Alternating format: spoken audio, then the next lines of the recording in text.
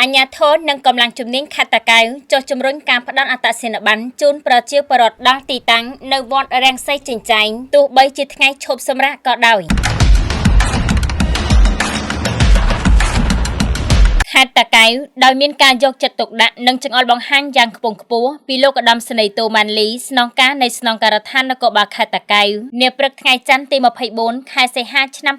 2026កម្លាំងជំនាញនៃស្នងការដ្ឋាននគរបាលខេត្តបានចុះបេសកកម្មយ៉ាងសកម្មដើម្បីបម្រើប្រជាពលរដ្ឋប្រតិបត្តិការនេះដឹកនាំដោយលោកវរៈស្នេហ៍ឯងសុករដ្ឋាស្នងការរងទទួលផានការងារអត្តសញ្ញាណកម្មរួមដំណើរក្តោបក្តាំដោយលោកវរៈស្នេហ៍ឯកលឹមតារាវ័ននៃការិយាល័យអត្តសញ្ញាណប័ណ្ណព្រមទាំងមានការចូលរួមយ៉ាងជិតស្និទ្ធពីអាជ្ញាធរភូមិសង្កាត់ក្រុមប្រឹក្សានិងលោកនាយប៉ុស្តិ៍នគរបាលរដ្ឋបាលកម្លាំងចម្រុះបានចុះត្រួតពិនិត្យនិងជំរុញការងារផ្តល់អត្តសញ្ញាណប័ណ្ណសញ្ជាតិខ្មែរជូនប្រជាពលរដ្ឋដោយផ្ទាល់នៅទីតាំងវត្តរាំងសីចិញ្ចែងស្ថិតនៅក្នុងភូមិផ្កូវឃុំជើងគួនស្រុកសំរោងខេត្តតាកែវក្នុងឱកាសនោះសមត្ថកិច្ចសូមជម្រាបជូនដំណឹងនិងអំពាវនាវដល់បងប្អូនប្រជាពលរដ្ឋពុកម៉ែមីមីងទាំងអស់ដែលមានអត្តសញ្ញាណប័ណ្ណផុតសុពលភាពឬជិតផុតសុពលភាពក្នុងរយៈពេល180ថ្ងៃ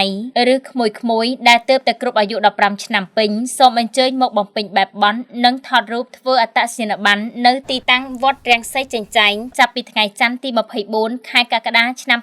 2026នេះប្រកបដោយស្មារតីទទួលខុសត្រូវជាមួយគ្នានេះដែរលោកវរៈស្នេហ៍ឯងសុករដ្ឋាបានពំនាំនៅប្រសាសន៍ផ្ដាំផ្ញើសូមឲ្យបងប្អូនប្រជាពលរដ្ឋមេត្តារុះរាន់អញ្ជើញមកធ្វើឲ្យបានទាន់ពេលវេលាខណៈដែលសមត្ថកិច្ចនិងកម្លាំងជំនាញបានចុះមកសម្រួលសេវាដល់មូលដ្ឋានផ្ទាល់បែបនេះដើម្បីជៀសវាងការខាតបង់ពេលវេលាឬយឺតយ៉ាវនៅថ្ងៃខាងមុខលោកបានបញ្ជាក់ប្រកបដោយទឹកចិត្តស្រឡាញ់និងការទទួលខុសត្រូវខ្ពស់ថាទោះបីជាថ្ងៃឈប់សម្រាកឬត្រូវជួបប្រទះខ្យល់ភ្លៀងរលឹមយ៉ាងណាក៏ដោយក៏កម្លាំងសមត្ថកិច្ចមិនរាថយឡើយគឺខិតខំបម្រើពុកម៉ែបងប្អូនប្រជាពលរដ្ឋចេញពីបេះដូងនិងស្មោះត្រង់បំផុតជាចុងក្រោយលោកក៏បានផ្ដាំផ្ញើបន្ថែមដល់បងប្អូនប្រជាពលរដ្ឋទាំងអស់ឲ្យយកចិត្តទុកដាក់លើសុវត្ថិភាពក្នុងការធ្វើដំណើរដោយត្រូវគោរពច្បាប់ចរាចរណ៍ឲ្យបានខ្ជាប់ខ្ជួនគ្រប់គ្នាដើម្បីធ្វើដំណើរជិតឆ្ងាយជួបតែសុខសុវត្ថិភាពនិងស្នាមញញឹមតាមដងផ្លូវសម្រួលអត្ថបទដោយលោកមុតចត្រាប្រមាញ់ជ័យដែន